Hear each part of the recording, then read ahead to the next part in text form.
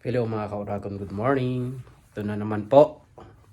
Nag-take po ako ng off ngayon. Dahil po meron akong doctor appointment. Yan, doctor's appointment yung sa laboratory ko. Pupunta po ako ngayon mga bandang 11. So, sabi ko sa boss ko, nakalimutan ko palang banggitin ka ako sa'yo na bukas pala ka ako yung yung doctor's appointment ko yun sa laboratory ko. Since na hindi naman busy daw, you can take off. Yan yung sabi ng boss ko.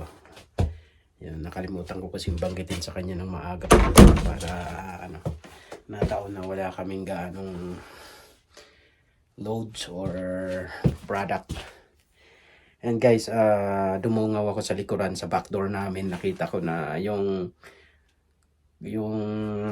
halos katuhod na tambak na snow, yung mga frozen. Lusaw na pala. So ayan, papakita ko sa inyo guys. Yan, papakita ko sa inyo. Okay? So look at this one guys. Yan. Kung dati mo na mga nakaraang linggo ito, tampak to, yung mga snow. Ngayon kita nyo yan. Oh. Lusawan na talaga oh. Yan oh, lusawan na, kita nyo yan. So ito yung counting na yan. Mabubuksan ko na yung garahe. Ayan. At may tatapon ko na rin yung sopa na yan, yung couch na yan. Hindi na itapon nung summertime. Ayan. Ayan, ito siya oh. Ito, kung tampak yung snow dito nung nakarang linggo pa. Ayan, wala na. Ayan. Ay, ang ganda na sa labas. Ayan, kahit ito na lang siguro suot ko. Okay na siguro to. Hindi ko naramdaman na malamig. Wala na siguro mga magpa-plastic po ngayon. So ang araw po ngayon today is Tuesday. Yan. Tuesday na naman po. May CCTV camera para pag wala ako dito, lahat kami may pasok kahit paano na monitor. Yan, manood muna tayo ng Batang Quiapo. Meron na naman sila. Ayan. Open lang natin yung TFC. Yan, Batang Quiapo.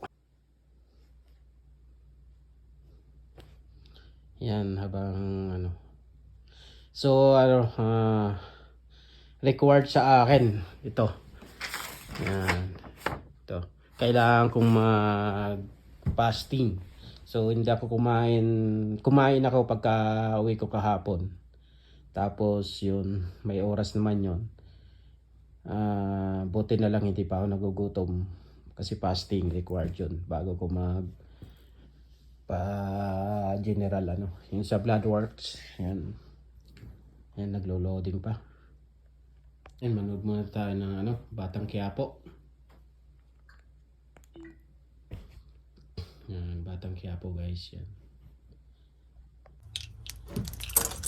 Itong anak ko ginagamit niya itong kotse na to. Checking ko lang kung nag-check siya ng langis. Mamaya wala na palang oil. Ay nako. So ito, checking ko lang. Sikiin. Sinabihan ko na paging hour sa kanyang sasakyan. Yan nga oh. Ito si Kiin, hindi nag-check ng coolant niya.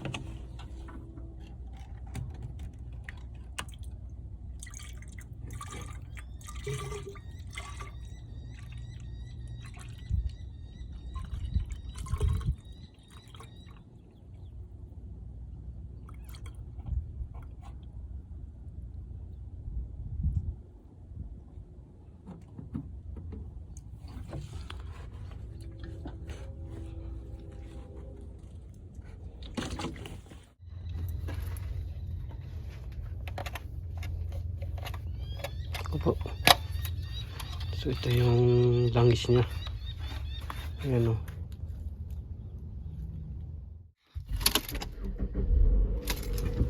Wow! Ayan o. Plus 15. Pagka car wash, diretso na ako dun sa ano guys, sa hospital. Alright. Okay. Alright.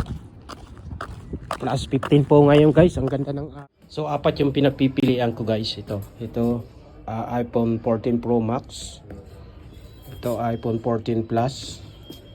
iPhone 14. So ito yung pinili ko. Ayan, Pro Max yan. Galing na ako sa source, so hindi ko muna tinuloy yung pagpalit ng phone. Dahil ito palang phone na to, matatapos yung plan ko nito December 16. Pag tinapos ko guys yung December 16, magi-start lang ako ng panibagong plan kung magkano. Pero kung pre-proceed ko ngayon, makukuha ko yung iPhone Pro Max. Pero dahil early pa para mag-trade in, magbabayad ako ng 416 na remaining balance sa phone ko na to. Tapos yung tinanong ko kasi kaya ako pumunta dahil nung binuksan ko yung apps ko ng Bell, pag nag-trade in daw ako, meron akong makukuha, parang may value na $700 to $800. So kaya ako pumunta para i-inquire sa kanila. Pero kukunin nila yung phone na to. Kaso nga lang itong phone na to may damage to sa likod. Yan yung nalaglag ko sa gravel. May basag siya sa likod pero okay pa naman. Kaya nag-decide ako na wag na muna. Wait ko na lang yung December 16 guys para panibagong. Kung gusto ko man ng latest na iPhone, baka may bagong labas na naman na iPhone kumpara dun sa apat na pagpipilian ko sana na iPhone 14 Plus, iPhone 14 iPhone 14 Pro Max, and yung dalawa pa. Hindi ako interesado dun sa dalawa. So kaya wag na muna. Ayaw ko magbayad muna ng 416 para lang makakuha ng panibagong phone. Tapos kukunin nila tong phone ko. Yung trade-in lang niya, $117 lang pag kinuha nila tong phone na to. Pero pag inantay ko yung December 16, ikikip ko tong phone na to at kukuha ako ng panibagong plan na kung ano man yung whatever na latest na iPhone nila, makakapamili pa ako ng maganda. Makapag-decide ako kung alin talaga yung mas maganda. Kaya yan, wala muna akong ginawang trade-in ngayon. Tanggalin na natin to. Kasi plus ngayon? Plus 16. Ay. Okay guys, tapos na yung aking laboratory, ECG, Bloodworks, at yung sa ihi, at yun, ipo-forward na lang daw sa aking sa doktor ko. So yan, malalaman natin yan siguro mga ilang araw, baka bukas pa tatawag siguro yan, or appointment na naman para kausapin ako ng aking doktor para sabihin kung anong resulta ng aking laboratory. So yun guys, ang ganda ng panahon ngayon, plus 16. So uwi muna ako ng bahay, nagugutom na ako dahil fasting ako ng 10 to 12 hours. So yun kasi ang requirement bago mag-laboratory. Kailangan sundin natin para sigurado na talagang maayos. Okay? Mas maigi na yung may malaman kaagad kung may problema sa ating kalusugan kaysa wala, di ba? Mas gugustuhin ko pa yon. Okay? Kasi dahil tayo ay nagkakaedad na rin. So drive muna ako guys. Aircon tayo. Sobrang guys, sobrang init. Plus 16 pa lang yan. Okay. Ang ganda ng panahon niyan. Pa summer. Yahoo! So ito po yung hospital dito sa city namin, dito sa Esteban. Yan guys, iikutan natin. Ikot tayo dito para may tour ko kayo dito sa may hospital dito sa amin. Busy po ngayon, ang dami pong mga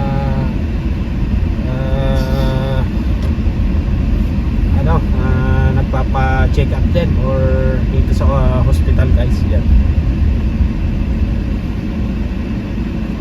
So,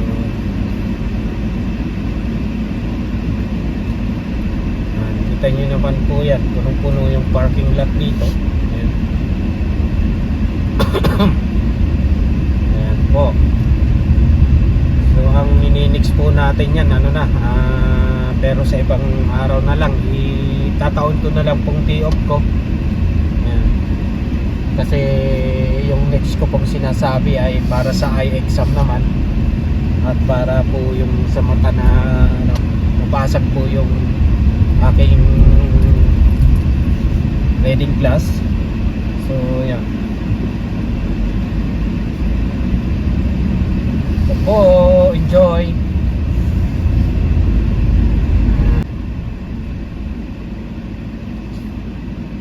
KFC. Nakakatakot talaga ako sa dugo guys. Yan, Purolator. Yan yung mga nagde-deliver ng mga package. Tinurukan ako. Takot talaga ako sa karayom. Pero wala tayong magagawa guys. 4 na tube yung pinuha sa akin. Pero mga tag 10cc ata or I don't know. No idea kung ilang cc yun. Basta 4. Sakit. Takot tayo sa karayom guys.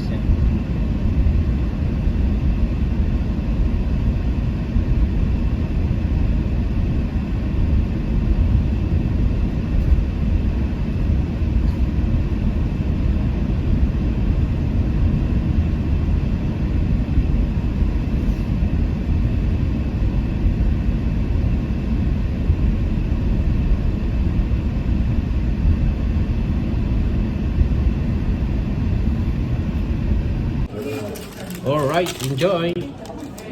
CJ.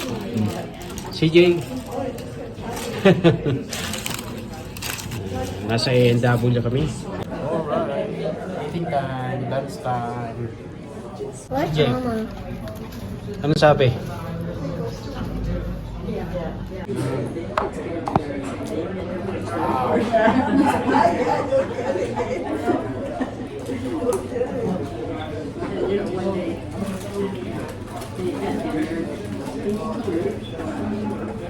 Yeah.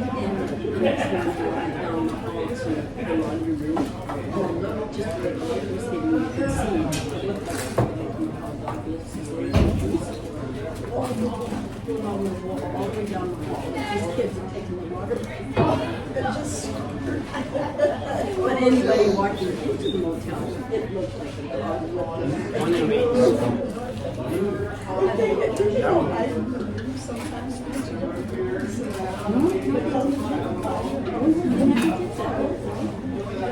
They stayed on the hall. This way up to the office, and they spent a lot of time in that little room with the clear machine and the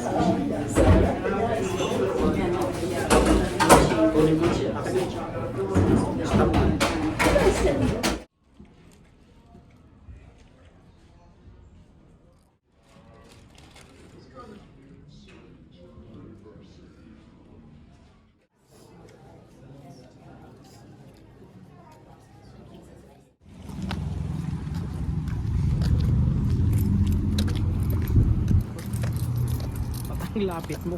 Ay, naku. Ay, naku, hindi ka nagsabi. You have a pen? You have to sign this. Later there.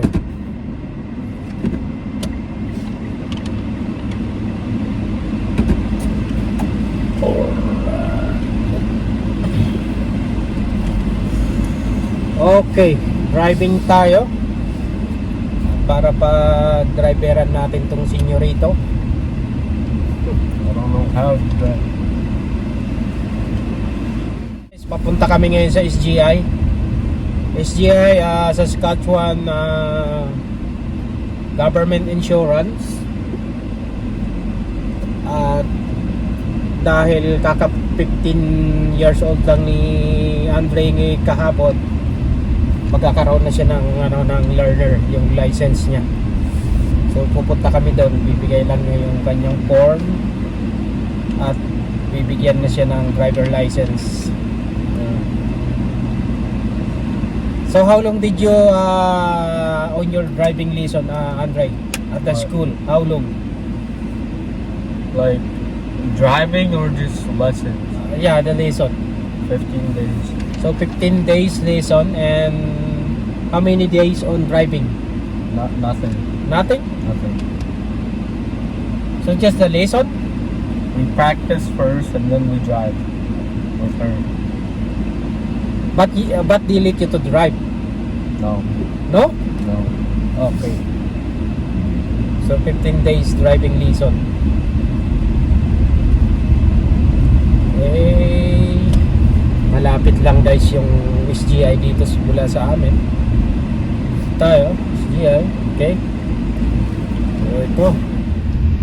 Okay guys, tatawid lang kami tapos SGI na kaagad. Kumbaga yan yung LTO sa atin sa Pilipinas. So nasa kaliwa ko, blind spot. Walang makita dyan may sakyan dyan. Yes. So napaka blind spot. Yan. So pagka ganun, wag kang didiretso basta-basta kaagad. Kaunting abante tapos silip. Yan. Ito na po yung SGI guys. At kung makikita nyo guys, ayan, Cactus Auto Body, yan yung gumawa ng aking isang sasakyan nung nakabangga ako ng wild animal papuntang trabaho. So diyan ko dinala mula dito sa SGI, kinote nila kung magkano yung claim, tapos diniretso ko dyan para hindi na ako lumayo pa kung saan pa. Diyan na lang sa Cactus Auto Body guys. Okay, dito na kami guys. She got a license now, let's go.